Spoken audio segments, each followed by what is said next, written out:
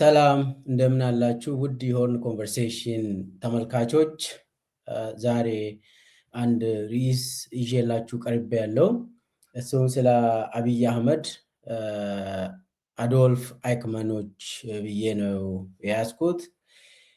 ይሄ ምንድን ነው? የአብይ አህመድ አዶልፍ አይክመኖች ብዬ የያዝኩት አንደኛ ትዕዛዝን እየተቀበሉ ሚሊዮኖችን የሚጨርሱ ሰዎች በመጨረሻው ቀን ለሕግ እንደሚቀርቡ ነው፣ ተጠያቂነት እንደሚኖር ነው። ይህ ማለት የዛሬ ተላላኪዎች የነገ ተጠያቂዎች ናቸው የሚል ነው። ይሄንን አንደኛ ጽንሰ ሀሳቡን በደንብ እንድንረዳ አንዳንድ ኮንሰፕቶችን አነሳለሁ። ሳይንሳዊ የሆነ ነገር ነው ይሄ ነገር። ከዛ ቀጥዬ በተጨባጭ የት ሀገር ውስጥ ነው ይሄ ነገር የተከሰተ? ብዙ ዓለም ላይ ተከስቷል። አንዱን ብቻ ነው እኔ አዶልፍ አይክመን የሚባል ኬዝ ነው የሚወስደው። ነገር ግን ትዕዛዝን ከላይ ተቀብለው ሚሊዮኖችን የጨረሱ የጨፈጨፉ እንደ አዶልፍ አይክመን ሰዎች ብዙ ናቸው። ብዙ ሀገሮች ውስጥ የተከሰተ ጉዳይ ነው። ከዚህ ይህንን ካየን በኋላ መጨረሻ ላይ የኢትዮጵያን ጉዳይ እንመለከታለን። በኢትዮጵያ ደረጃ አብይ አህመድን ሰርቭ የሚያደርጉ ብዙ አዶልፍ አይክመኖች አሉ። እነሱን እንዳስሳለን። የነገው ተጠያቂ እንደመሆናቸው አንድ በአንድ እሱን ዲስከስ እናደርጋለን። እስከ መጨረሻ ድረስ ተከታተሉኝ ያልኩኝ ወደ መጀመሪያ ኮንሰፕቶቹ ልግባ። ከኮንሰፕቶቹ አንዱ ባናሊቲ ኦፍ ኢቭል የሚባል ነው።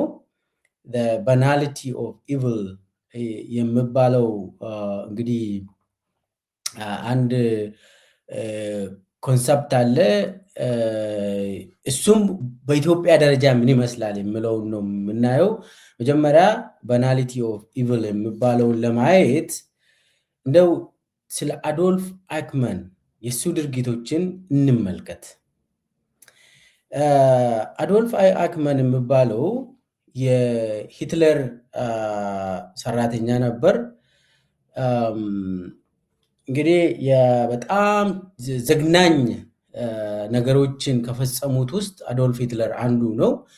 በዓለም ደረጃ የሚታወቅ በጣም ክፉ ሰው አዶልፍ ሂትለር የናዚ ጀርመኒ ዋና ኃላፊ የነበረው፣ ሆሎካስት የፈጸመው፣ ብዙ ሚሊዮኖችን የጨፈጨፈ፣ የሁለተኛ ዓለም ጦርነትን የቀሰቀሰ፣ ከዛም ንጹሃን ዜጎችን በማሰቃየት የገደለ ሰውዬ ነው። አዶልፍ ሂትለር ማንን ተጠቅሞ ነው? ብዙ ሰዎችን ተጠቅሞ ነው ይህንን ጭፍጨፋ ያካሄደው። ከብዙዎቹ አንዱ አዶልፍ አይክመን ይባላል። ሂትለር የተጠቀማቸው ሰዎች ውስጥ አንዱ አዶልፍ አይክመን ይባላል። ከፎቶ ላይ እንደምትመለከቱት ይሄ ፎቶ የተነሳው ለፍርድ ቤት ሲቀርብ ነው።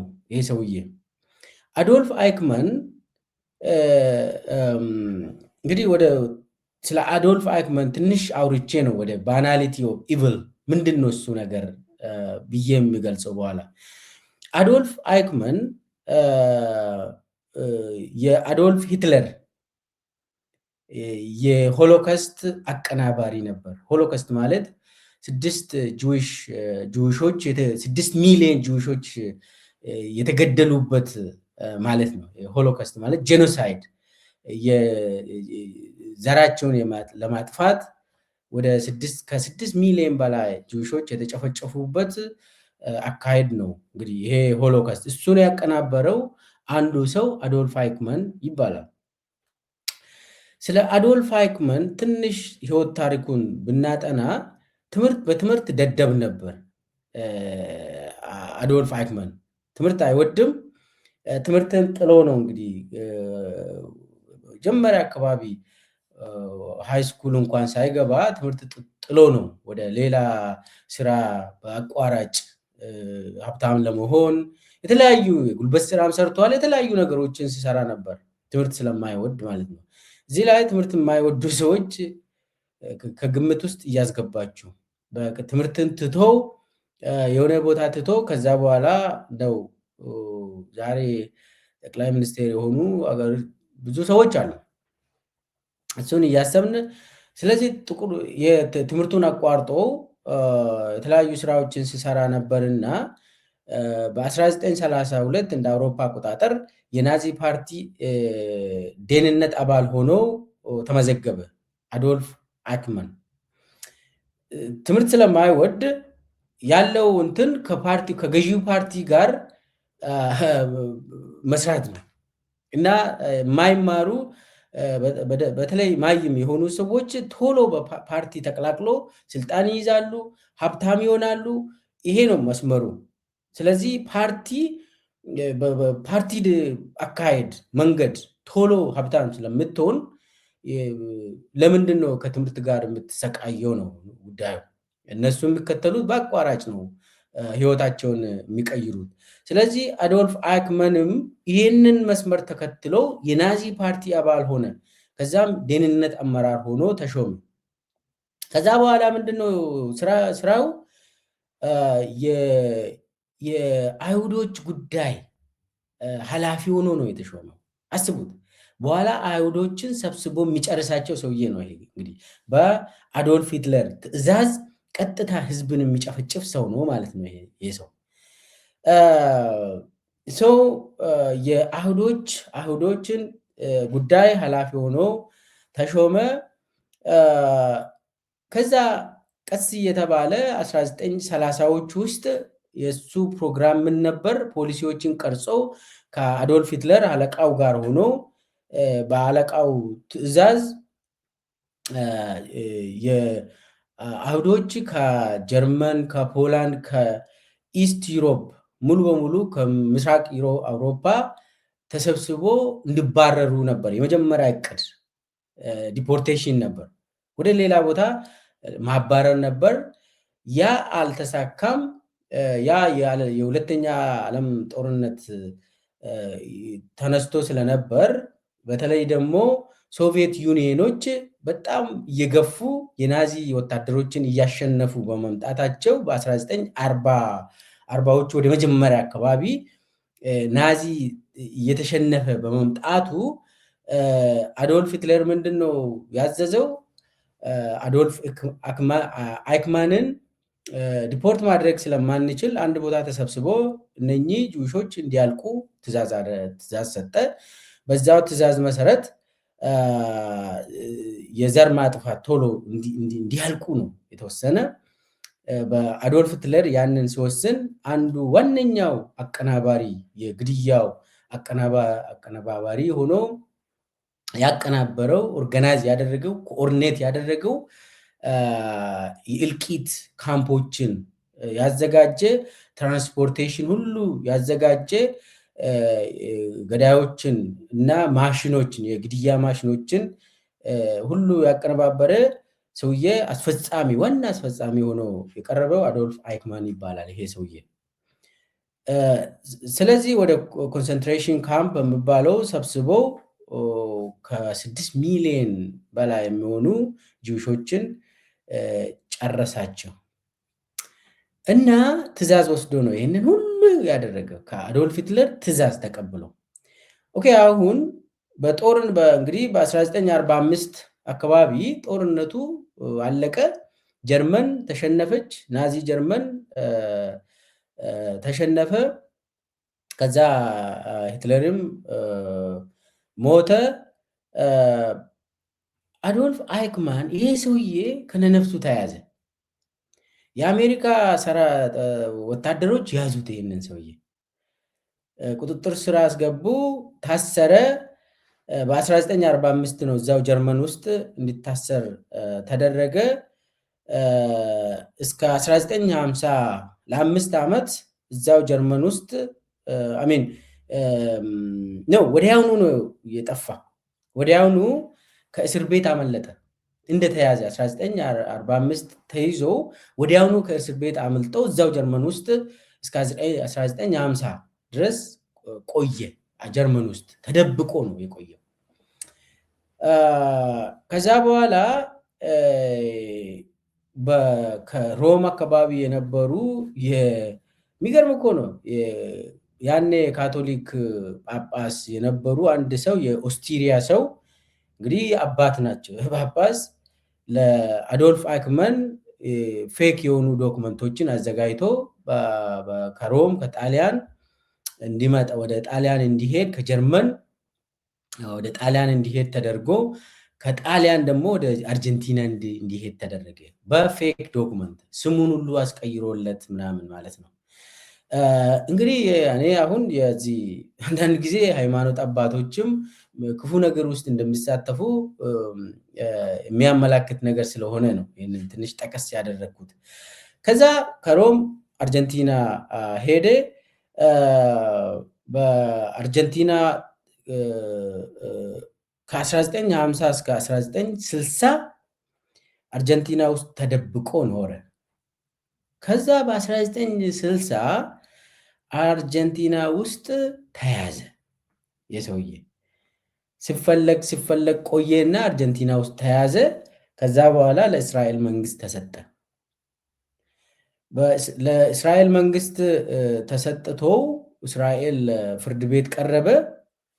በእስራኤል ፍርድ ቤት በጦር ወንጀል ነው የተከሰሰ እና በሆሎኮስትን በማቀናበር ከመዓት ሚሊዮን ህዝብ በመጨረስ ነው እንግዲህ የተከሰሰው። እና ምንድነው ያደረገ? ያኔ በጣም የሚገርም ነው እንግዲህ ተይዞ ፍርድ ቤት ውስጥ ምንድነው ያለው? ሆሎኮስትን አልካደም፣ ጭፍጨፋው ተካሂዷል ብሏል። ከ8 ሚሊዮን ህዝብ በላይ ጅውሾች አልቋል ብሏል። አልካደም። ነገር ግን ምንድነው ያለ? እዚች ላይ ነው በጣም ሲሪየስ አድርገን መያዝ ያለብን። እኔ ያጠፋሁት ነገር የለም አለ። ምንም አላጠፋውም፣ እኔ የመግደል ፍላጎትም አልነበረኝም አለ። ስለዚህ ምንድነው ያደረግኩት አለ? ዝም ብዬ ትዕዛዝን እየተቀበልኩ ሚሊዮኖችን ጨረስኩ ብሎ ለፍርድ ቤት ቃሉን ሰጠ። ልብ በሉ፣ እኔ የመግደል ፍላጎት የለኝም አልነበረኝም እና ያጠፋሁት ነገር የለም፣ ትዕዛዝን ተቀብዬ ሚሊዮኖቹን ጨረስኩ። ስለዚህ እኔ ስራዬን ነው የሰራሁት። ፍርድ ቤት ክቡር ፍርድ ቤቱ ማየት ያለበት እኔ የተቀጠርኩት ስራ አለ፣ ያ ስራን ነው የፈጸምኩት አለ። እንዳውም አለ በትዕዛዝ ከላይ ከአዶልፍ ሂትለር ካለቃው ትዕዛዙ ከመጣ አባትን ግደል ከተባልኩ እገላለሁ እኔ ትዕዛዝ ስለሆነ ብሎ ቃሉን ሰጠ። ከላይ የመጣውን ትዕዛዝ መፈጸም ብቻ ነው ስራዬ። ስለዚህ እኔ ህግን አልጣስኩም፣ ህግን እየተከተልኩ አመራርን እየተከተልኩ ነው ይህንን ሁሉ ስራዬን ነው የሰራሁት አለ። የተቀጠርኩ ስራዬን ነው የሰራሁት አለ። ፍርድ ቤቱ ደግሞ ምንድን ነው የጠየቀው? ከላይ ሰውን ጨርስ ከተባልከው፣ ሚሊዮን ግደል ከተባለ ዝም ብለህ የምትገለው አንተ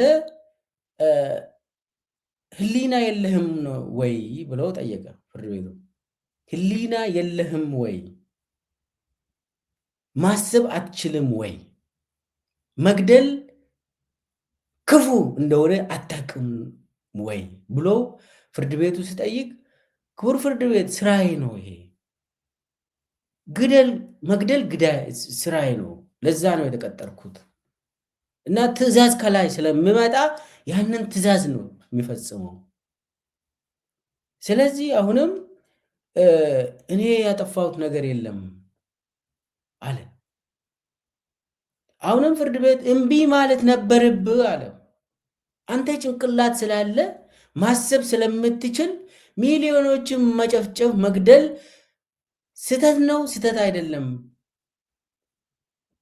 ብለህ ማሰብና እምቢ ማለት ነበረብህ። ስለዚህ እምቢ ስላላልክ ነው እምቢ አላልክም ብለው ፍርድ ቤቱ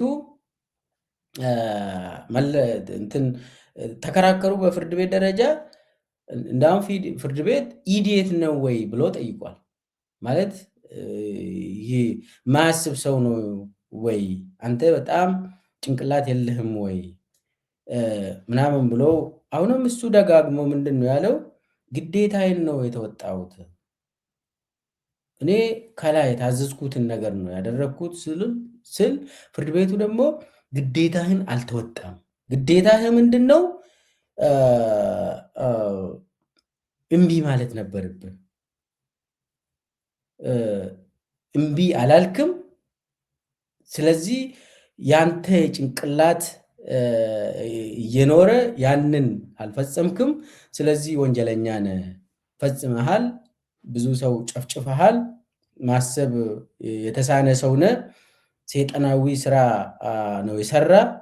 ስለዚህ ክፉ ነገር ስለሰራ በሚሊዮኖቹ የሚቆጠሩ ንጹሐንን ስለገደልክ እኔ አልገደልኩም ብትልም አንተ ገለሃል፣ ትዕዛዝ ነው የተቀበልኩት ብትልም ያንን እምቢ ማለት ነበረብህ ብሎ የሞት ፍርድ ተበየነበት። በፍርድ ቤቱ ውሳኔ መሰረት በስቅላት እንዲሞት ተደረገ። በ1962 በኢየሩሳሌም ከተማ በስቅላት ፍርዱን ተቀበለ አዶልፍ አይክመን። ይሄ ነው እንግዲህ። ከዚህ ምንድን ነው አሁን ጉዳዩ ወደ ኮንሰፕቱ ነው እንግዲህ የምንሄደው። ይሄ ባናሊቲ ኦፍ ኢቭል የሚባለው ባናሊቲ ኦፍ ኢቭል የሚባለው ምንድን ነው? አሁን ከዚህ ሰውዬ ምንድን ነው የምንረዳው? አዶልፍ አይክመን ትዕዛዝን ተቀብዬ ነው ሚሊዮኖችን የጨረስኩት ያለው። እኔ ስህተት አልሰራውም፣ ጥፋተኛ አይደለሁም፣ ወንጀል አልሰራውም፣ ትዕዛዝን ብቻ እየተቀበልኩ ስራዬን ሰርቻለሁ ብሎ የተናገረ ሰው ምንድን ነው ይሄ ነገር? ይሄንን የፖለቲካል ሳይንቲስት ሃና አሬንት የምትባል ምንድን ነው ይሄንን ባናሊቲ ኦፍ ኢቭል ብላ ጽፋለች። ይሄ ባናሊቲ ኦፍ ኢቭል ማለት በእሷ አገላለጽ አንድ መጽሐፍ ስትጽፍ የሆነ አይክመን ኢን ጀሩሳሌም ብላ ሪፖርት ኦን ባናሊቲ ኦፍ ኢቭል የሚል መጽሐፍ ነው የጻፈችው። ባናሊቲ ኦፍ ኢቭል ኮንሰፕቱን ዲቨሎፕ ያደረገችው ሃና አሬንት ነች እና እሷ በጣም ብዙ ስራ ሰርታለች። በተለይ ፖለቲካል ሳይንስ ውስጥ ብዙ መጽሐፎችን የጻፈች በጣም ታዋቂ ነች። ስለ አምባገነኖች ኤክስፐርት ነች እሷ። ስለ ቶታሊቴሪያኒዝም፣ ኦቶሪቴሪያን ገቨርንመንት፣ ዲክቴተርሺፕ ምናምን የነሱ አስተሳሰብ ብዙ ያጠናች ሳይንቲስት ነች እና እሷ ነች ባናሊቲ ኦፍ ኢቭል ብላ ይህንን ኮንሰፕት ከአዶልፍ አይክመን የፍርድ ቤት ክርክሩን ተከታትላ እንደ ጆርናሊዝም እና እንደ ጋዜጠኛ እዛ ሂዳ ተከታትላ ሪፖርት ያደረገችው ነው አጥንታ። ከዛ አንድ መጽሐፍ ጽፋለች። እሱም ብቻ የአክማንን መሰረት ያደረገ እንግዲህ የእሷ ኮንሰፕት እዚህ ላይ ባናሊቲ ኦፍ ኢቭል የሚባል ነው። ባናሊቲ ኦፍ ኢቭል ማለት እንግዲህ ይሄ ክፋት የሚባለው ማለት ነው። ክፋት ሁለት አይነት ክፋት ነው ያለ። አንደኛ የተራ ክፋት አለ። ተራ ክፋት የሚባለው መጥፎ ነገር ሲደረግ አብኖርማል የሆነ በማህበረሰቡ ዘንድ ተቀባይነት የሌለው ነገር ሲፈጸም ያው ወንጀል ነው የሚሆነው። ስለዚህ ኢቭል የምንለው ክፋት ይሄ ተራ ክፋት የሚባለው ሰው ይኮንናል፣ ተቀባይነት የለውም። ተራ ክፋት ሲባለው ክፋት ክፋት ነው። በትራዲሽናል በሆነ መንገድ ክፋትን ካየ ነው ከማህበረሰቡ ወጣ ያለ ስለሆነ እንትን ይባላል፣ ይወገዛል። እንደዚህ አይነት እንትን በማህበረሰቡ በህግ መሰረትም ይቀጣል ሰው ክፉ ከሆነ። ሌላኛው ደግሞ ቶታሊቴሪያን ኢቭል የሚባለው ማለት ነው። ይሄኛው ፍጹም አምባገነናዊ ኢቭል የሚባለው ክፋት የሚባለው በመንግስት የሚመራ አምባገነኖች የሚያቀናጁት ክፋት የሚባለው የተደራጀ ክፋት ነው። ይሄ የተደራጀ ክፋት በትዕዛዝ የሚፈጸም ነው። ህጋዊ እንትንም ይኖረዋል። ሰው ስራው አድርጎ የሚሰራ ይሆናል። ለምሳሌ እድገት ለማግኘት ማድረግ ያለብህ ነገር ነው የሚሆነው። ስራ ሆኖ ሰውን እየገደልክ ሰውን እየጨፈጨፍክ ክፉ ነገር ማድረግ የስርዓቱ አካል ሆኖ ስራ ነው የሚሆነው። ስለዚህ ኖርማላይዝ ነው የሚደረገው። ይሄ ኖርማል ስራ ነው የሚሆነው። ቢሮክራቲክ ወርክ ዩር ጃብ ይሆናል። እና ክፋት ይሄኛውን የተደራጀ ክፋት በመሆኑ ክፋት አይመስልም፣ ይለመዳል። ስለዚህ የተለመደ ነው የሚሆነው። ሰውን መግደል ስራው ስለሆነ ለነኚህ ሰዎች ሰውን በየጊዜ የሚገሉ ሰዎች በአሰራር ከላይ ትዕዛዝ ወስዶ ሰውን እየጨፈጨፉ በየጊዜው ሰውን መግደል ስራቸው ስለሆነ እነኚህ ሰዎች መግደል ኃጢአት አይመስላቸው፣ ክፉ ነገር አይመስላቸው። ስራቸው ነው የሚሰሩት እነሱ። አሁን ብትጠይቃቸው ምን አጠፋው? እኔ ስራዬን ነው የሰራው ያለሁት ይላሉ።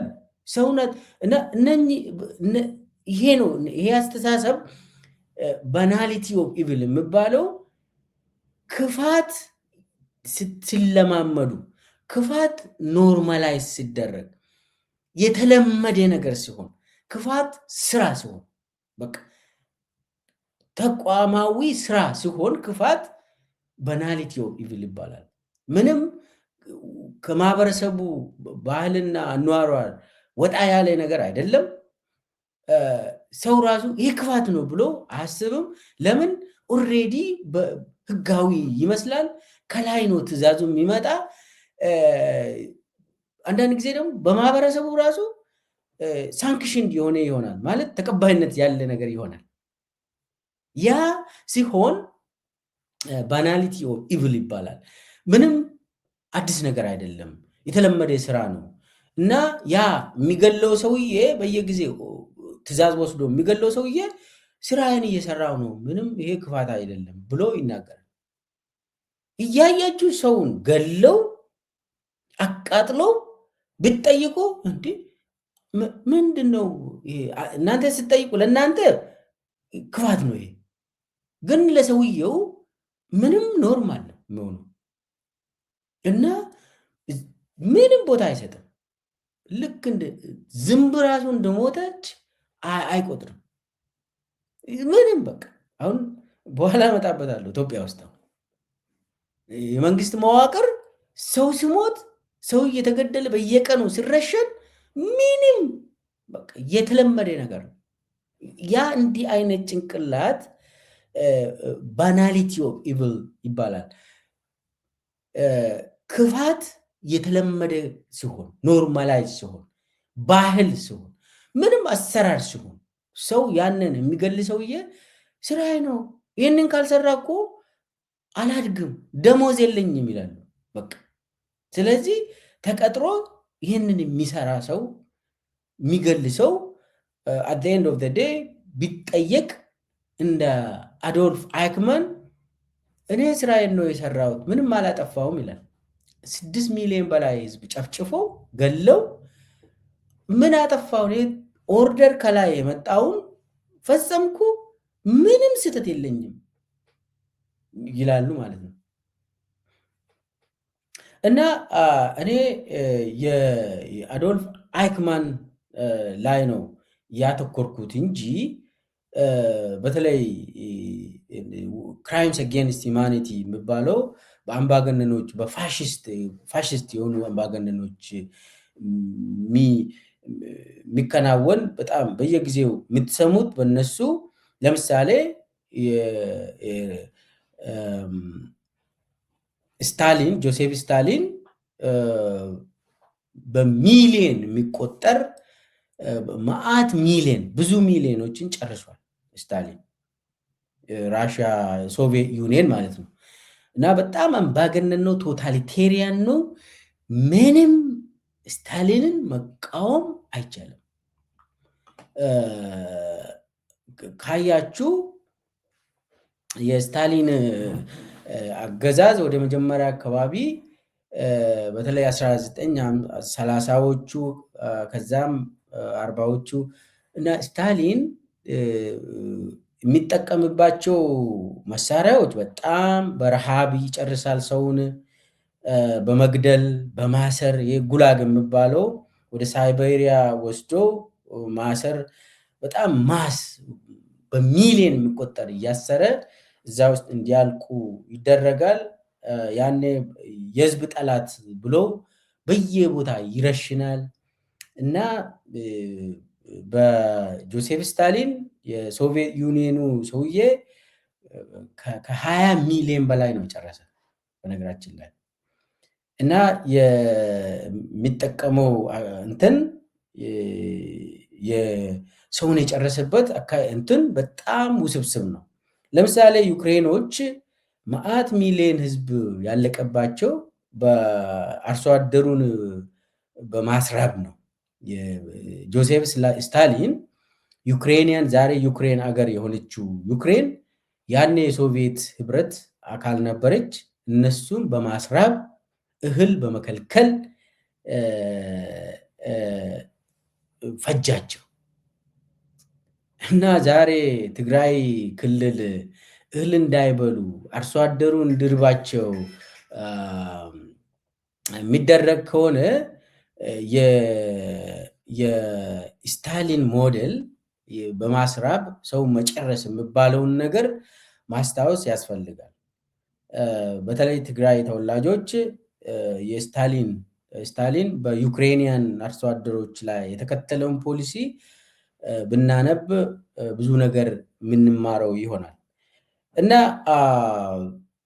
ሌላው ማኦዘዳንግ ነው። ማኦዘዳንግ የሶቪየት የቻይና ማለት ነው። ማኦዘዳንግ ቻይና በተለይ ደግሞ የቻይና ፒፕልስ ሪፐብሊክ ኦፍ ቻይና ይሄ ኮሚኒስት ፓርቲ ኦፍ ቻይናን ሲይዝ 1949 አካባቢ ማኦዘዳንግ ነው እንግዲህ ፋደር የሚባለው የአሁኑን ቻይና የመሰረተ ተብሎ በጣም የሚታወቀው ማኦዘዳንግ ነው። በተለይ ማኦዘዳንግ ካውንተር ሬቮሉሽነሪ ብሎ የፈረጃቸውን ብዙ ቻይናውያንን ሚሊዮን እንዳውም ከ20 ሚሊዮን በላይ የሚሆኑ ሰዎች አልቋል። እሱም በመግደል በማስራብ ይሄ ግሬት ሊፕ ፎርዋርድ በሚባልበት ጊዜ 1960ዎቹ አካባቢ ይሄ ካልቸራል ሬቮሉሽን እያካሄድን ነው፣ ይሄ ማይሆን ባህልን ከቻይና መግደል አለብን ብሎ ህዝብን ጨረሱ እና አብዮቱን የሚቃወሙ በሚሊዮን ተጨፈጨፉ። ማኦዘዳንግም በጣም ቁጥሩ በቃ እሱም ገዳይ ነው። ከ20 ሚሊዮን በላይ ነው የጨረሰ። ጆሴፍ ስታሊንም አንዳንድ ሰዎች እስከ 40 ሚሊዮን ምናምን ጨርሷል ጆሴፍ ስታሊን ይባላል። ሂትለር ዘግናኝ ነው። በተለይ ጁዊሾችን ከ6 ሚሊዮን በላይ ነው የጨረሳቸው። አጠቃላይ ግን ከ30 ሚሊዮን በላይ ጨርሷል። ብዙ ማለት የጦር ጊዜም በጦር ምክንያትም ዘግናኝ ነው የሂትለር ቁጥርን ካየ ነው የሚገርም ጆሴፍ ስታሊን ብዙ ጨርሷል።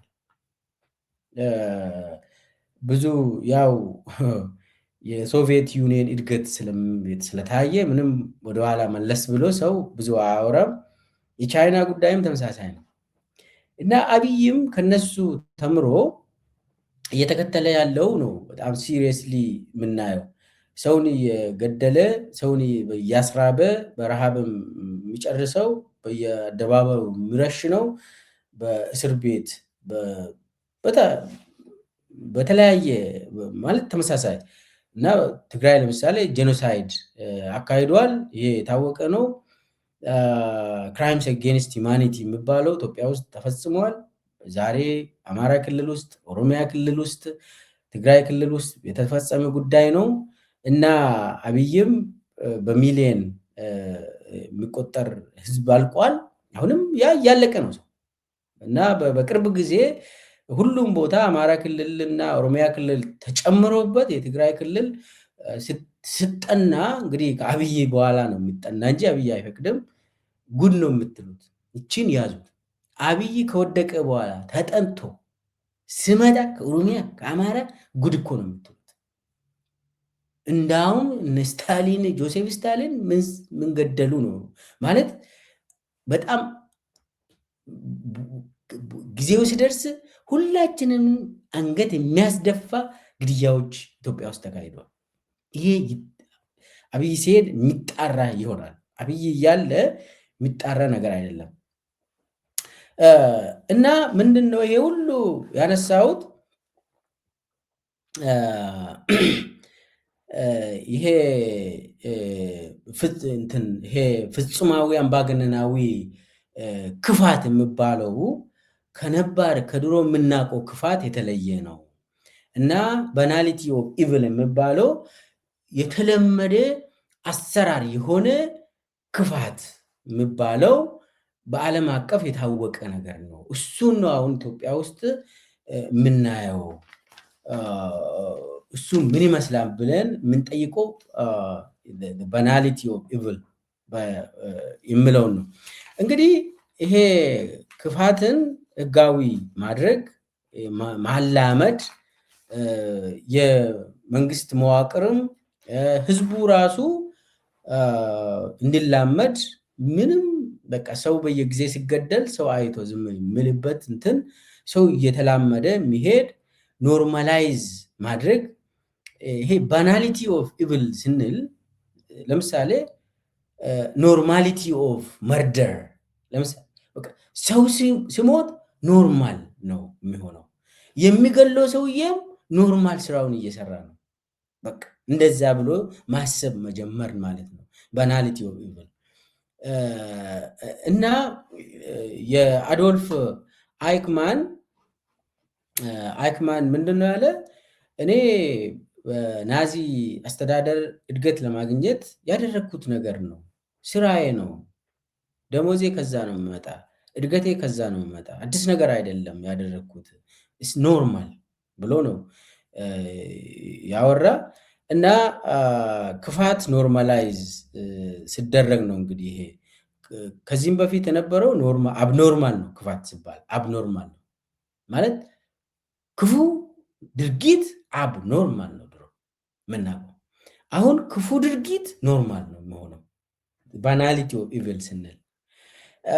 ይህንን እንግዲህ ሃና አረንት የምትባል ሳይንቲስት ነች ወደ መጀመሪያ ያመጣች ይህንን የፈጠረችው ኮንሰፕቱ ማለት ነው።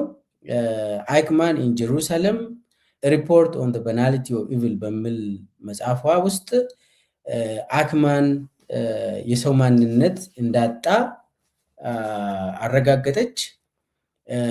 እሱ መጥፎ ነገር እየፈጸምኩ ነው ብሎ እንደማያስብ፣ ዝም ብዬ ትዕዛዝን ተቀብዬ ነው ያንን የሚሰራ ስራዬ ነው ያ ደግሞ ብሎ እንደተናገረ፣ ስለዚህ ይሄ መጥፎ ነው ብሎ አያስብም፣ አያቅም ያ መጥፎ መሆኑን። ያንን ትቷል፣ ጭንቅላቱ ተለውጧል። ክፉ ነገር ተላምደው ልክ እንደሆነ ኖርማል ድርጊት አድርጎ ወስዷል። ስህተት መሆኑን ረስቷል። ጭንቅላቱ ውስጥ የሚያደርገው ስህተት ነው ብሎ አያስብም። ዝም ብሎ ከላይ ስለታዘዘ ያንን በማድረግ ሰውየው ሙሉ በሙሉ ዳብሎስ ሆነ አለች። በቃ ቁጭ በቃ ዳብሎስ ትእዛዝ እየተቀበለ ያንን መስራት ልክ ነው፣ እኔ ስራዬን እየሰራው ነው ብሎ ማመኑ ነው እንግዲህ ባናሊቲ ኦፍ ኢቭል የሚባለው። እንዲህ አይነት ጸባይ የተላበሱ ሰዎች ክፉን ኖርማል ነው ብሎ ወስዶ የሚሰሩ ሰዎችን ነው እንግዲህ እሷ የገለጸችው ባናሊቲ ኦፍ ኢቭል ብላ። ስለዚህ በናዚ ስርዓት ውስጥ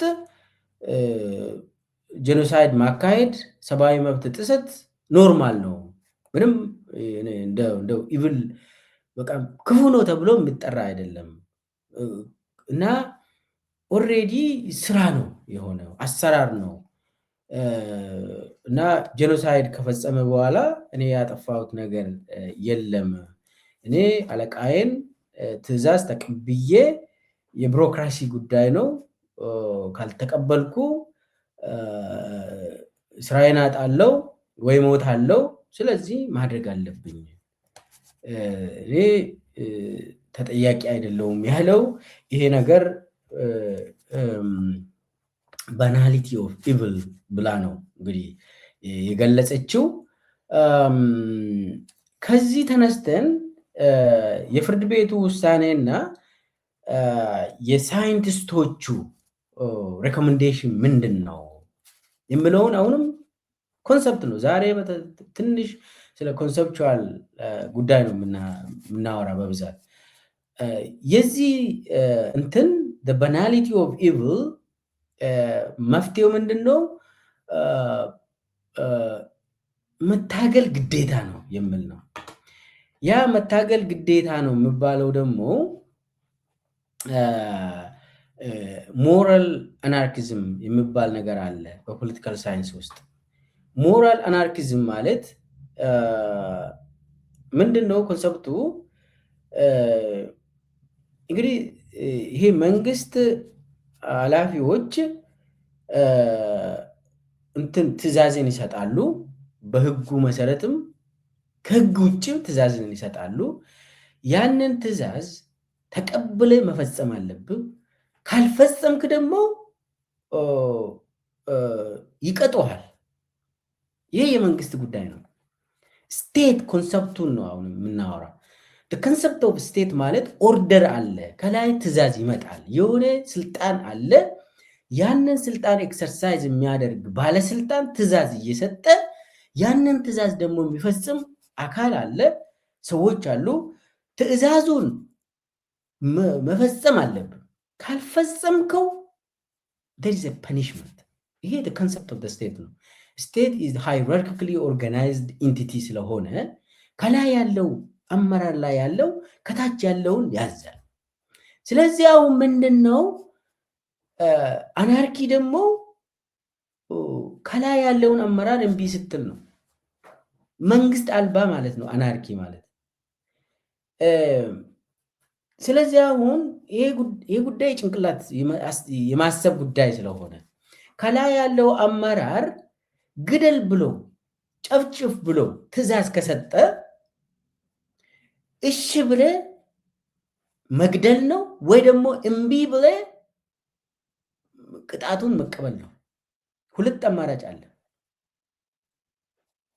እንግዲህ የስቴት ሲስተም የመጨረሻው እንትኑን እንውሰድ፣ የፋሽስታዊ ስቴት ስትራክቸሩን እንውሰድና በጣም አምባገነን ቶታሊቴሪያን የሆነ የመንግስት እንትን ስትራክቸር ያለው ለምሳሌ አሁን ኢትዮጵያ ውስጥ ያለውም ነገር አብይ ከላይ ያለ ወደታች ሁሉንም አካባቢ ትዕዛዝ ይሰጣል። ኤክሰፕት ትግራይ ውስጥ ነው እንግዲህ አሁን ትዕዛዝ የማይቀበሉ።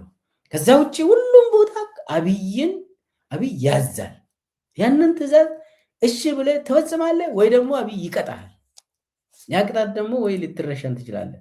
ስለዚህ አሁን ሂድና ሰውን ረሽን ከተባልክ ወይ ትረሽናለህ ወይ ደግሞ ልትረሸናለህ፣ ወይ ትረሽናለህ ወይ ትታሰራለህ። ከዚህ ውስጥ አሁን ሞራል አናርኪዝም የሚባለው እንግዲህ ይሄንን እምቢ ማለት አለብህ ነው። ሞራል አናርኪዝም ማለት የመታገል ግዴታ አለብህ። ከላይ ያለው ፋሽስት ሆኖ ትዕዛዞቹ ኢቭል ሲሆኑ ክፉ ትዕዛዝ ከላይ የሚመጣ ከሆነ አንተ መንግስታዊ ተጠያቂነት ሳይሆን ፐርሰናል የሆነ ተጠያቂነት ይኖርብሃል። ሰው በመሆነ ብቻ እምቢ ማለት አለብህ ይላል። ያ የሚያስብ ፍጡር በመሆነ ብቻ እምቢ ማለት አለብህ ይላል። ይህ ሞራል አናርኪዝም የሚባለው ክፉ ነገር ከሆነ እምቢ ማለት አለብህ። የመንግስት ከላይ ትዕዛዝ ተቀበለ በውስጥ ካላመንክበት፣ የሰው ልጅ ካላመነበት መፈጸም የለበትም ነው አሁን። ስለዚህ አሁን እነ አይክመን አዶልፍ አይክመን ካላመኑበት፣ እሱ አሁን አላመንኩበት አለ። ትዕዛዝን ብቻ እየተቀበልኩ አደርጋለሁ አለ። ግን ሞራል አናርኪዝም ምንድን ነው የምለው? ካላመንክበት እምቢ ማለት አለብን። ውስጥ ካላመነ እንዴት ነው ሰውን የምትገለው? ስለተባልክ ሂድና ግደል ስለተባልክ ብቻ አትገልም። በተወሰነ ደረጃ አምነሃል፣ ተቀብለሃል፣ ውስጥ በውስጥ ተቀብለሃል፣ ያንተ ህሊና ተቀብለዋል ይላል። የሞራል አናርኪዝም ከገደልክ ማለት ነው። ሰውን ቶርቸር ስታደርግ በውስጥ ካላመንክበት እጅ ራሱ አይመታም። የሞራል አናርኪዝም እምቢ ማለት አለብህ። ስለታዘዝክ ብቻ ያንን ትዕዛዝ ተቀብለ መንግስት ግደል ስላለ የምትገለው ነገር የለም፣ አትገልም። እምቢ ማለት አለብህ። ህገወጥ ስለሆነ በማህበረሰቡ ባህል ተቀባይነት ስለሌለው በህጉ መሰረትም በዓለም አቀፍም ተቀባይነት ስለሌለ እምቢ ማለት አለብህ እና ያንን ድርጊት በጣም መጥፎ ክፉ ነገር ከፈጸምክ በኋላ ፍላጎት አልነበረኝም ማለት አትችልም ይላል ሞራል አናርኪዝም። ፍላጎት ከሌለማ አታደርግም። ግደል ከተባለ ሰውየው እንዲያመልጥ አድርግና አንተም ታመልጣለህ። ይሄ ነው መሆን ያለበት እንጂ አይኔ ስራዬን እየሰራ ነው አትልም። ምንም ማምለጫ የለህም። ስለዚህ ትዕዛዝ ተቀብዬ ነው የገደልኩት የሚባል ነገር ተቀባይነት የለውም። ያንተ ሞራል ኮምፓስስ የት ነው የሄደው? የህሊና የት ነው የገባ ተብለህ ትጠየቃለህ። ነገር አታስብም ወይ? ኢዴት ነህ ወይ? ጭንቅላት አይሰራም ወይ? አትሰላሰልም ወይ? ጥሩ ነው መጥፎ ነው ብለህ ይሄ ጭንቅላት እዚህ ላይ እግዚአብሔር የሰጠን ጭንቅላት አለ። እጅ እንዴት ገደለ ነው የምትባለው? እሺ ትዕዛዝ ነው። አዎ እሺ፣ አንተስ አላመንክም ወይ? ሞራል የለህም ወይ? ስለዚህ እምቢ ማለት አለብህ። አንድ መንግስት ህግን ጥሶ ትዕዛዝ ሰጥቶ መግደል፣ አፈናቀል ካለ ካደረግከው ተጠያቂ ነው የምትሆነው። ተጠያቂነት ያስከትላል። ለምን? ያንተ ህሊና የት አለ? ሰው ነህና ማሽን አይደለም። አንተ ከላይ ታዞ ፕሬስ ተደርጎ እንትን የሚተፋ ወይ ደግሞ የሚገል የሚቆርጥ አንገትን የሚቆርጥ ማሽን ብቻ ነው። ሰው ግን ትዕዛዝ ከተሰጠው ያሰላስላል፣ ያስባል። ይሄ ጥሩ አይደለም ብሎ እምቢ ይላል። ወገኖች ይሄ ነገር ጥሩ አይደለም ብሎ ለአለቃው ራሱ ወደ ላይ መናገር ይችላል ሰው። ካልሆነ ደግሞ ይህንን አልቀበልም ብሎ ይጠፋል፣ እምቢ ይላል፣ መስዋዕትነትን እንኳን ይከፍላል። ስለዚህ ለጨቋኝ መንግስታት ትዕዛዝን አለመቀበል ግዴታ ነው። ሪዚስት ማድረግ ግዴታ ነው። ስለዚህ ኢፍትሐዊ ነገር ህግ ሲሆን መታገል ግዴታ ነው የሚሆነው ይላል ይሄ ነገር። when injustice becomes a law, resistance becomes a duty የሚባለው ይሄ ነው። የመታገል ግዴታ ነው ያለብን። ከላይ የታዘዘውን ነገር ብቻ ወስደ ለምሳሌ ኢሞራል የሆኑ ትዕዛዞችን ተቀብለ የምትፈጽማቸው ተጠያቂነት ያስከትላል። ስለዚህ ምንድነው ማድረግ አለብህ? ዲስኦቤይ ማድረግ አለብህ። እምቢ ማለት አለብህ። እምቢ ካላልከው ግን ምንድነው የሚሆነው? ተጠያቂነትን ፌስ ታደርጋለህ፣ በኋላ ትጠየቃለህ። የግዴታ ነው። ለምሳሌ አሁን አዶልፍ አይክመን መጨረሻ ላይ ተጠያቂው ጭንቅላት ምናልባት ተለውጦ ምንም በቃ ይሄ ስህተት አይደለም ስራዬን ነው የሚሰራ ብትልም አታመልጥም። የግድ ተጠያቂነት ይመጣል። ባናሊቲ ኦፍ ኢቭል በጣም መጥፎ ነው። ባናሊቲ ኦፍ ኢቭል ማለት እንግዲህ ኖርማላይዝ ያደረጉ አመራሮች ግድያን እንደ ስራቸው የሚቆጥሩ የእድገት መንገድ አድርጎ የሚወስዱ የትም ዓለም ላይ ያሉ ለህግ ይቀርባሉ፣ እየቀረቡም ነው የሚል ነው። ስለዚህ ያለ አማራጭ አንድና አንድ ነው። እሱም ምንድነው? እምቢ ማለት ነው። አመራሮቹ መጥፎ ነገር፣ ክፉ ነገር ከላይ ትዕዛዝ ስመጣ አንቀበልም፣ እምቢ ማለት ግዴታ ነው። ያ ካልሆነ ግን ተጠያቂነት ያስከትላል፣ ለፍርድም ትቀርባለህ ማለት ነው።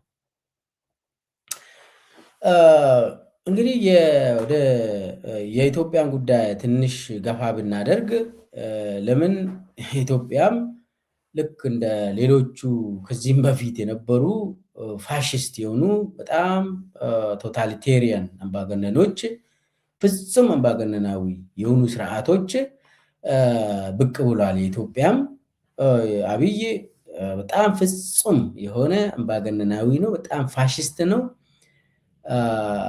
በቁጥር ስንት ሰው ጨረሰ የምናውቀው ነገር የለም። የተወሰነ ደረጃ የትግራይ አካባቢ ያለው 1 ሚሊዮን በላይ ነው የሚባል አለ፣ ግን ከዛ በላይ ነው። በኢትዮጵያ ደረጃ ምንም የምናውቀው ነገር የለም። መዓት ሚሊዮን ነው የሚሆነው። ስለዚህ ኢትዮጵያ ውስጥ አሁን እየተካሄደ ያለው ሰብአዊ መብት ጥሰት በጣም ወንጀሎች፣ ከባድ ወንጀሎች እየተካሄዱ ነው ኢትዮጵያ ውስጥ። ዓለም አቀፋዊ የሆኑ ወንጀሎች ናቸው እየተካሄዱ ያሉት ኢትዮጵያ ውስጥ። በጣም የሚታወቁት 4 ዓለም አቀፋዊ ወንጀሎች አሉ። በዓለም አቀፍ ሕግ የሚታወቀው በተለይ there are 4 international crimes that ይሄ የዓለም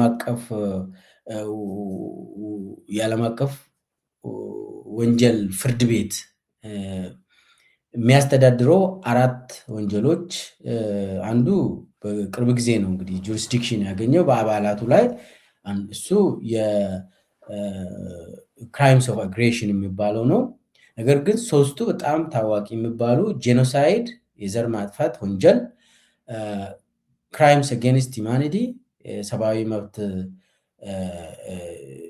የሚጥሱ ወንጀሎች እና ዎር ክራይምስ የጦር ወንጀሎች ናቸው። ኢትዮጵያ ውስጥ አሁን ጄኖሳይድ ተካሂዷል። ጄኖሳይድ ሲባል እኮ አሁን ትግራይ ላይ ጄኖሳይድ ተካሂዷል የሚባለው አይ ትግራይ እኮ አላለቁም አሉ ምናምን የሚሉ ሰዎች አሉ። በጣም የሚገርም ነው። የጄኖሳይድ ሚኒንጉ ዴፊኒሽኑ አልገባንም ማለት ነው። የጄኖሳይድ ሚኒንግ ሆን ተብሎ የሆኑ ግሩፕ በብሔር ወይ በማንነት በሃይማኖት በዘር በተለያዩ ማንነት መሰረት ያደረገ በእቅድ እነሱም መጨረስ ማቀድ ሆኖ ግን የተወሰኑ መግደል ከቻሉ ደግሞ ሁሉንም መጨረስ ያ ኤሌመንት ያ ዴፊኒሽን ያሟላል የትግራይ ጉዳይ። የትግራይ ተወላጅ በመሆናቸው ገፍቶ ብዙ ሰዎችን ለመጨረስ በሞከር ብዙ ሰዎችን መግደል ገድሏል እና እንትኑ አልፈቀደላቸው እንጂ ለመጨረስ ነው ሙከራው የተካሄደው እና ብዙ ጄኖሳይድ የተካሄደባቸው ሀገሮች ሂዳችሁ አንብቡ። ቁጥር ጉዳይ አይደለም፣ የኢንቴንሽን ጉዳይ ነው እና የፕላን ጉዳይ ነው። ዴሊብሬት በሆነ መንገድ በመንግስት ፕላን ተደርጎ ከላይ ዘር ማንዘራቸውን እናጥፋ እየተባለ በነ ዳንኤል ክብረት በአብይ አህመድ የተመራ የጄኖሳይድ ካምፔን ነው። እንደው ጌታቸው ረዳም ይህንን ሀቅ አይክድም።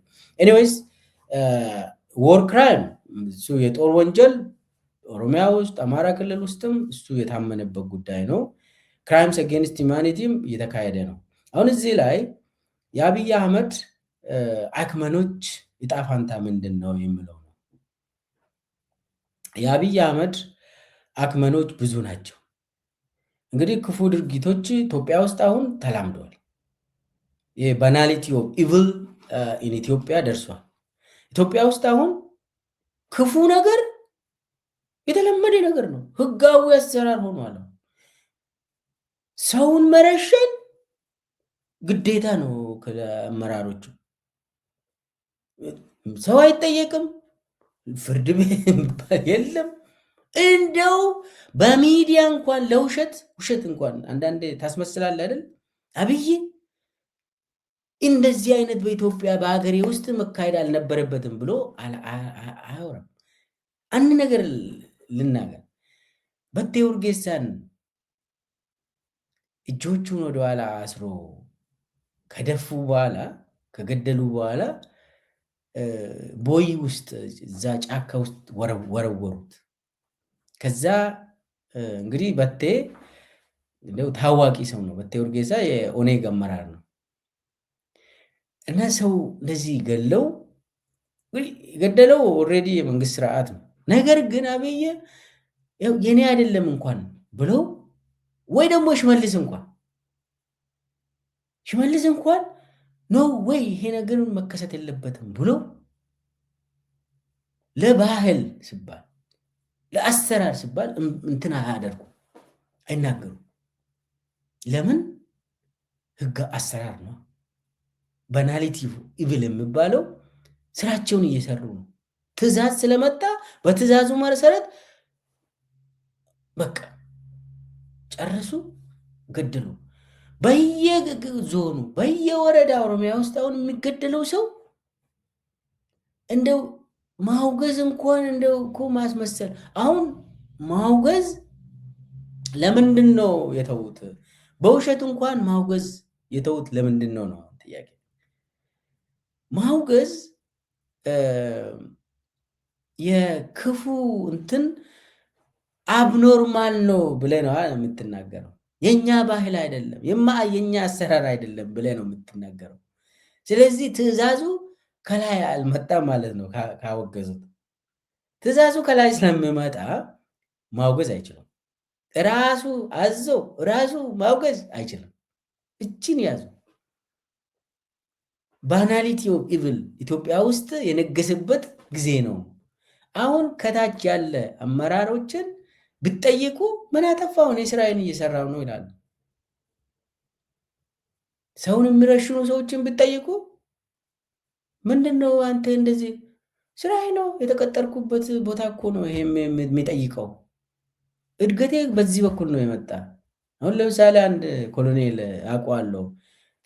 እድገቱን አብይ ሙሉ ማን ነው ይሄ ከኮሎኔልነት ሜጀር ጀነራል ያደረገው የሚገርም አንድ ኮሎኔል ኢትዮጵያ ውስጥ እንግዲህ የመከላከያ እድገት የምታገኘው የመከላከያ ኮሚቴ አለ፣ የእድገት ኮሚቴ አለ።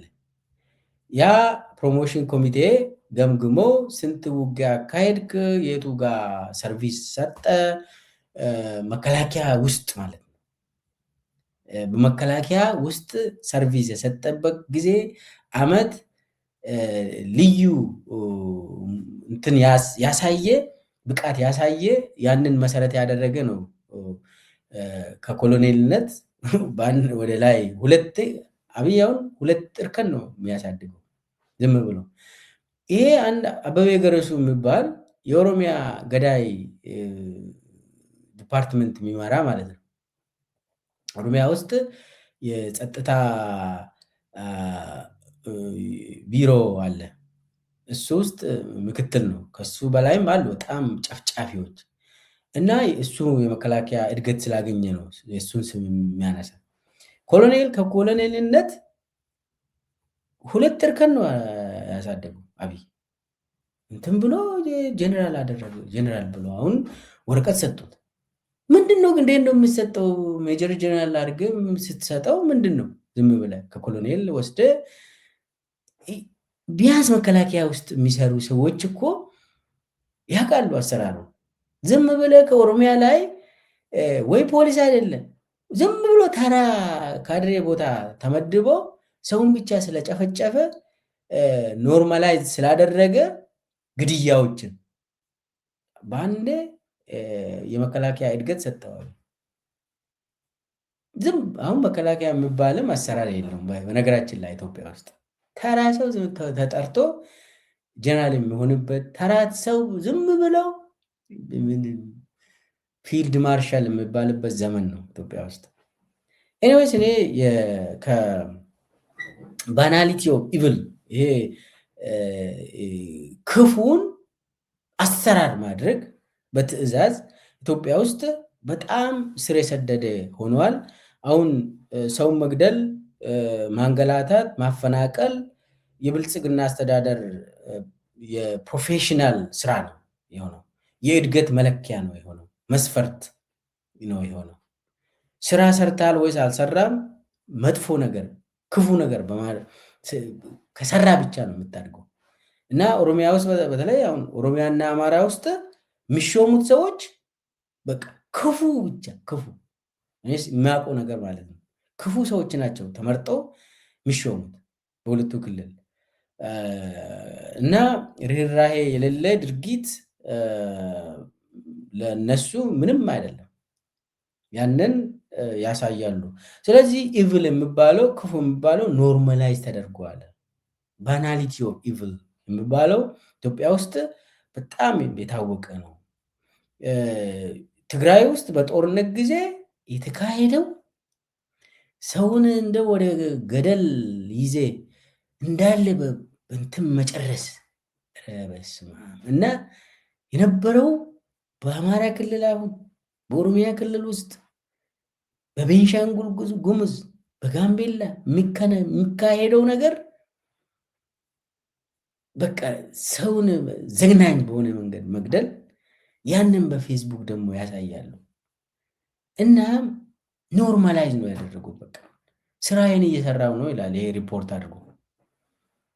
ይሄንን ደግሞ እንትን በማድረግ ይሄንን መግደላቸውን ማሰቃየታቸውን ሪፖርት ማድረግ አለባቸው ለከፍተኛ አመራር።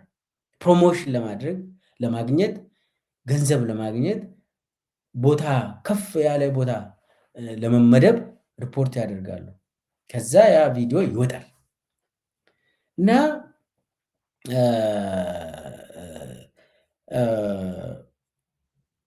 የአብይ አህመድ አሰራር ከላይ እስከታች ያለው በዚህ ትዕዛዝ ወስዶ የሚገል ሰው ሆኗል እና ብዙ ሰዎች ይህንን ነው የሚሰሩት። እንደ ግዴታዬ ነው ምናምን ይላሉ። በቃ ስራዬን እየሰራው ነው ምን አጠፋው ይላሉ። አሁን ለምሳሌ በኦሮሚያ እነ ሽመልስ አብዲሳ፣ ፍቃዱ ተሰማ፣ ከፍያለው ተፈራ፣ አራርሳ መርዳሳ፣ አበቤ ገረሱ፣ አወሉ አብዲ፣ ደመላሽ ገብረ ሚካኤል ደግሞ የፌዴራል ውስጥ ነው። አሁን እነ ብርሃኑ ጁላም ያው ፌዴራል ነው። ቶፊቅ መደድም እዛው ነው። እነኛ አሁን የአብይ አህመድ አዶልፍ አይክመኖች ናቸው። ትዕዛዝ ወስዶ የሚያሰቃዩ የሚገሉ በሺዎች ይገላሉ። ቢጠየቁ አሁን እነሱ ትዕዛዝ ተቀብዬ ነው የገደልኩት ይላሉ። ግን ደግሞ አይሰራም አይሰራም፣ ትጠየቃለህ ማለት ነው። በአማራ ክልል አረጋ ከበደ አሁን እነ ተመስገን ጥሩነህ ከፌዴራል እነ አበባው ታደሰ እነ አገኘው ተሻገር እኔ ምንም አላጠፋሁም የአብይን ትዕዛዝ ተቀብዬ ነው የአማራ ክልል ውስጥ ጭፍጨፋውን የምናካሄደው ምንገለው ኮርኔት የምናደርገው ግድያ ሆነ ትዕዛዝ ተቀብለን ነው እንጂ እኛም እኮ ለነፍሳችን እንፈራለን። አይሰራም አይሰራም። እኔንም ሊገሉኝ ነው ምናምን ደመቀ መኮንን እንደዛ ይላል አሉ። ማን ነው የሚገል? ደመቀ መኮንን አንተን ማን ነው? ሰውን ጨፍጭፈ አማራ ክልልን አፍርሰ ትግራይ ክልል ጦርነቱ እንድነሳ ከአብይ ጋር ፕላን አድርጋችሁ አሁን ማን ነው አንተን እንደው የሚገል? ለደመቀ መኮንን ነው። ተው፣ እንደዚህ የሚባል የለም። ተጠያቂነት ይኖራል እና በተለያየ ክልል ተመሳሳይ እንትን ተቀብለው ክፉ ነገር የሚፈጽሙ ሰዎች አሉ። እነ ሙስጠፌ ዑመር ለምሳሌ ሶማሌ ላይ አህመድ ሺዴ እና አደም ፋራ እና አህመድ ሺዴ ከፌዴራል ከአብይ ጋር ሆኖ ስላዘዙኝ ነው ሰውን የጨፈጨፍኩት ብለው ነገ ምንም የምታመልጥ ነገር አይደለም። አድርገሃል። ዛሬ እምቢ ስላላልከው እምቢ ማለት ነበረብህ። ያንን ነገ ትዕዛዝ ተቀብዬ ነው የሚባል ነገር የለም። ቅድም ሞራል አናርኪዝም ብዬ የገለጽኩት ነገር አለ። ዲስ ኢዝ ፕሪንሲፕል። ነገ ተጠያቂነት ይኖራል። ህሊና አለ ወይ የለህም ወይ ትባላል። ሞራል ኮምፓስ አለ ወይ የለህም ወይ ትባላለ። ሞራል ኮምፓስ ካለ መጥፎና ክፉ ነገር ለይተ የምታክ ከሆነ አታደርግም። እና እነ ፍቃዱ ተሰማ እነ ሽመልስ እነ ከፋለው አራርሳ እነዚህ ሰዎች እኔ አሁን ወረድ ብዬ እነ 120 ቡድንን ያወራው አይደለም። እነኚህ ያቀነባበሩት የአዶልፍ አይክመን ስራ የሰሩ ሰዎች በኢትዮጵያ ደረጃ አሉ እና እነሱ ነገ ተጠያቂነት አለ። ትዕዛዝ ተቀብዬ ነው የሚባል ነገር የለም። ይሄ ቶትለስ ኦቢዲየንስ ያስጠይቃል። ተላላኪነት ያስጠይቃል። ይሄ አሽከር ሆኖ ዝም ብለ ግደሉ ከተባለ ስንት የምትለው ከሆነ ነገ ትጠየቃለህ። ለምን ማለት መጀመር አለብህ ማለት ነው። ከዛ ለማምለጥ እምቢ ማለት ነው ያለብህ። እምቢ ካልክ ይገለኛል መሄድ ነው ያለብህ። ማምለጥ ይቻላል። ስንት ሰው አመልጠዋል። ከዛ ጫካ ግባ ከቻልክ። እንደዛም ባል ነገር የለም። እኔ እምቢ ካልኩ ይገለኛል ምናምን አንዱን መምረጥ ነው። አገኘሁ ተሻገራውን አንዱን መምረጥ ነው ያለበት። ወይ ነገ ተጠያቂነት ይኖራል፣ ወይ ዛሬ ፌስ ማድረግ ነው ሪያሊቲው ትሩዝን። መከላከያ ውስጥ አሁን በፌደራል ደረጃ ደመላሽ በጣም ክፉ ነው። ክፉ ነገር ሰርቷል። በጣም ክፋት ውስጥ ገብተዋል። እሱ አሁን ነገ ኦብቪየስሊ ከአብይ ጋር ይጠየቃል። እነ ተስፋዬ አያሌው መከላከያ ውስጥ በጣም ግፍ ይሰሩ በተለይ ትግራይ ክልል ላይ ኦፍኮርስ አማራ ክልልም ኦሮሚያ ክልልም ተስፋ ያለው አይክማን ነው። የአብይ አህመድ አዶልፍ አይክማን ነው። መከላከያን በተመለከተ ቁጥር አንድ ሰው ብዙ ሰው አሁን ብርሃኑ ጁላ ምናምን ከብርሃኑ ጁላ የባሴ ተስፋ ያለው እነ ብርሃኑ በቀለ ዛሬ ሰሜን ምዕራብ ላይ ጎንደር ላይ ተቀምጦ ቀድሞ የሪፐብሊካን ጋርድ የነበረው ብርሃኑ በቀለ አዶልፍ አይክማን ናቸው። ነገ ይጠየቃሉ።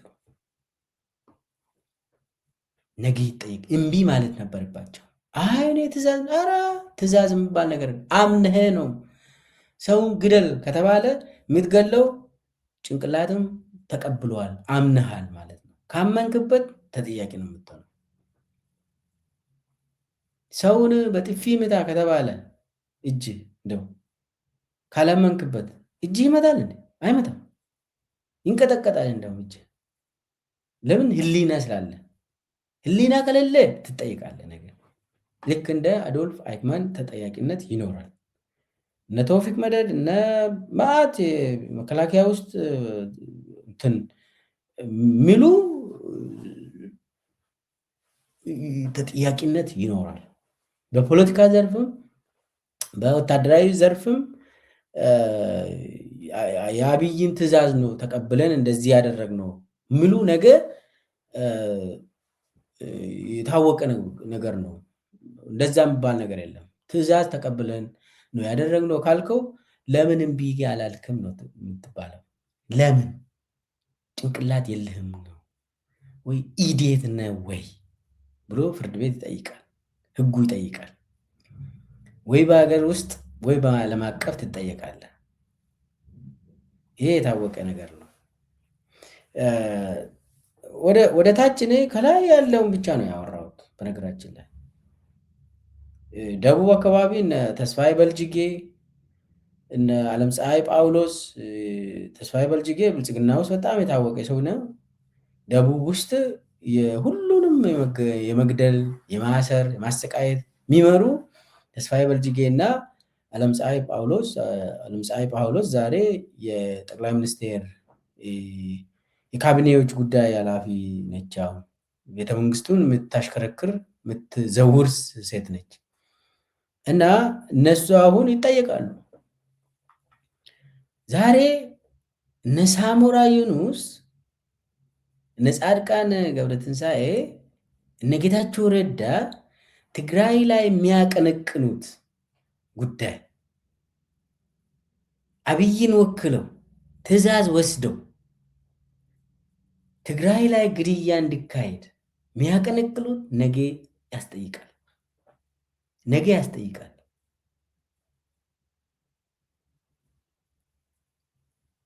አዶልፍ አይክማን የመሆን እድል አላቸው እነሱ እና ሰፊ ነው። እኔ ብዙ እዚህ ውስጥ ብዙ አልገባውም። ብቻ በኢትዮጵያ ደረጃ የግል ህሊናችንን ካልተጠቀምን አይ ከላይ ነው የታዘዝኩት ምናምን ብለን ወንጀል ከሰራ ነው አናመልጥም። ማምለጥ የለም እና ጊዜው ሲደርስ ሁሉም ሰው ይጠየቃል ማለት ነው። እምቢ ካላልክ ትጠየቃለህ። አጠቃላይ ጊዜ ወሰደብኝ መሰለኝ። ለማጠቃለል አንደኛ የህግ ተጠያቂነት ይኖራል። ህሊናዬን ተጠቅመ የግል ህሊናዬን ተጠቅመ ሞራል አናርኪዝም ቅድም ያልኩትን በመከተል ከላይ የሚታዘዙ ህገወጥ ኢሞራል የሆኑ ኦርደሮችን እምቢ ማለት አለብህ። እምቢ ካላልከው ተጠያቂነት ይመጣል። ይሄ ኢቭል የሆነ ክፉ ድርጊቶችን ተላምደ ስራዬን እየሰራው ነው፣ ምንም አላጠፋውም፣ የብልጽግና አሰራር ነው ይሄ ክፉ ነገር ያመጣ፣ ስለዚህ ምን አጠፋው የምትለው ነገር የለም። እንደዛ አያስኬድም። ስለዚህ እምቢ ማለት አለብን። ስለዚህ የመንግስት መዋቅር ውስጥ ያሉ ኢትዮጵያውያን ጊዜው አሁን ነው። እምቢ ብለህ መጋፈጥ አለብን። እምቢ ማለት አለብን። እምቢ ካላልከው በተለይ ደግሞ ይሄ ትእዛዝ ተቀብዬ ጨረስኳቸው የሚባለው በኋላ ትጠየቃለህ ማለት ነው። አጠቃላይ ከዚህ የምንማረው ከሂትለርም ይሁን ከስታሊንም ይሁን ከማኦም ይሁን ከአብይ አህመድም ቢሆን እንዲህ አይነት መሪዎች ዳግም እንዳይመረጡ ዳግም ወደ ስልጣን እንዳይመጡ ጥንቃቄ ያስፈልጋል። መጀመሪያ አብይን መገላገሉ ይቀድማል። ነገር ግን እንደ አብይ አይነት ዳግም ኢትዮጵያ ውስጥ እንዳይነሳ ማድረግ የግድ ነው የሚሆነው። ሁሉም ሰው እምቢ የማለት ግዴታ አለበት። ይሄ ግዴታ ነው። በነገራችን ላይ ኢትዮጵያ ውስጥ የመንግስት መዋቅር በተለይ የደርግ ባለስልጣናት ምን እንደደረሰባቸው ታስታውሳላችሁ። በቀይ ሽብር ምክንያት አሁንም የአብይ ቀይ ሽብር አለ። ነገ ኢትዮጵያ ውስጥ ነው ዳኝነት የሚመጣው። ጊዜው ሩቅ አይደለም፣ ይመጣል ደግሞ። ስለዚህ አመራሮችም ከዚህ በኋላ ወደ ስልጣን የሚመጣ ከላይ እስከታች ትዕዛዝ የሚቀበል ሰው እንዳይመጣ፣ እምቢ የሚል ሰው ያስፈልጋል። መንግስት ውስጥ ሆኖ እምቢ የሚሉ ሰዎች ያስፈልጋሉ። እነሱ ካሉ ትክክል ናቸው ብለን እንደግፋቸዋለን። እምቢ የሚሉ ሰዎች ካሉ፣ ስርዓቱን እምቢ የሚሉ ሰዎች ካሉ መደገፍ ያስፈልጋል። እናም ለወደፊት ኢትዮጵያ ጉዳይ እንዲህ አይነት አመራሮች ዳግም እንዳይነሱ ዳግም እንዳይመጡ መተባበር መማር ያስፈልጋል እያልኩ ለዛሬ ይዤላችሁ የቀረብኩትን ፕሮግራም በዚሁ ጨርሳለሁ። ቻናሉን ሰብስክራይብ አድርጉ፣ ሲሪየስ አሳድጉት፣ ኮሜንት አድርጉ፣ ላይክ ሼር አድርጉ። አመሰግናለሁ።